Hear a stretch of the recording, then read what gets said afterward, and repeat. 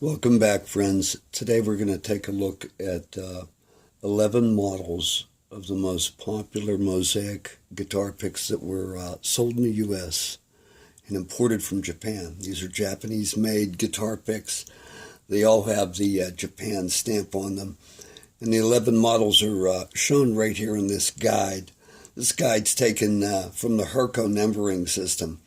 Herco was the most prominent distributor of these 11 shapes, and it was part of their 7 cabinet assortment.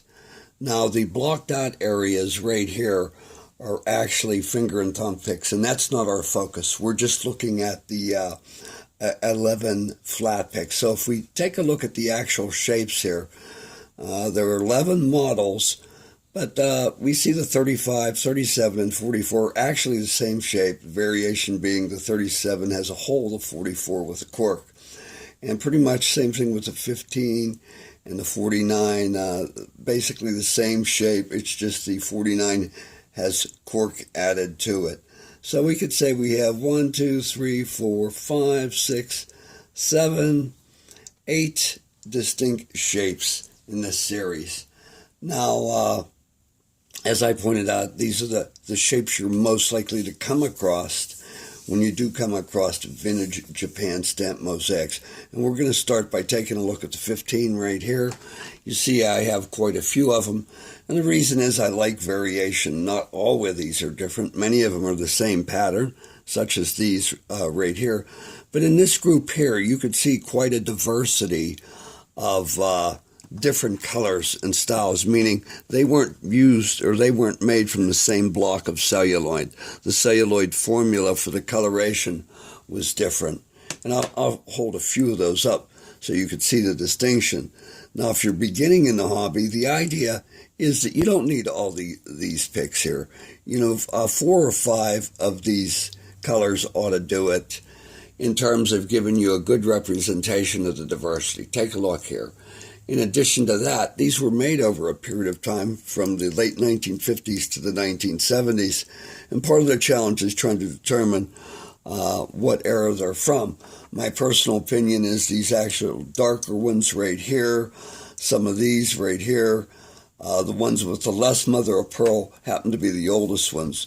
The ones with more mother of pearl, such as this and this one here, would be 1960s into the 1970s. So that's shape number 15 we're looking at here. And on our next board, we're going to take a look at shapes 20 and 25. Again, the ones with the greatest diversity I've shown somewhat organized in a circular pattern here. And the surrounding picks are simply mostly more of the same in different color combinations. So you'll see, once again, I've attempted to collect a diversity of colorations as you might see them through time. And there is 5 distinct celluloid blends, mosaic celluloid blends, as you could see right there. Very distinct. And that's the idea. If you're going to get those shapes, you want to get as many different colors as possible. Same thing going on over here. We have a little more diversity in the colors we're looking at, and I'm going to show you that right here. So just take a look at that, and you could see they're distinctly different. And that's the goal, to get that diversity. So we've just taken a look at 3 shapes, 15, 20, 25. Moving on now to 29 and 30, known as the mandolin shapes. And oh, by the way, I didn't mention it, but this shape here, most often referred to it as a banjo shape. At least that's the way it was in the old catalogs from the 20s through the 40s. So coming up to these long mandolin picks, shapes here you don't find made today. Interesting in the center, once again, I'm showing the diversity. Now, I'd like to show you these 3 picks here, because they have all this block style, but in the block style, the colors are all different. Predominantly reddish here, orangish here, and a different off blue, green, red on that pick there. Nice diversity amongst this group as well. As I've emphasized, that's the idea. Go for the diversity. Same thing with the 29, the trapezoid shape that we could see right here. Show some more diverse examples one more time. That's the idea, my friends. And now we're going to go ahead and move on to the shapes 34 and 35.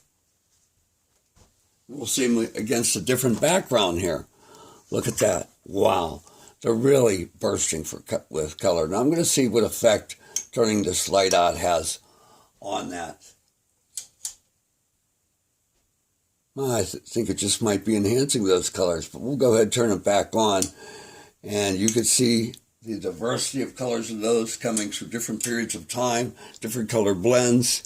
Again, with the 35 over here, take a look at some of these variations. You see those nice striations in that one. Low mother of pearl, if any at all.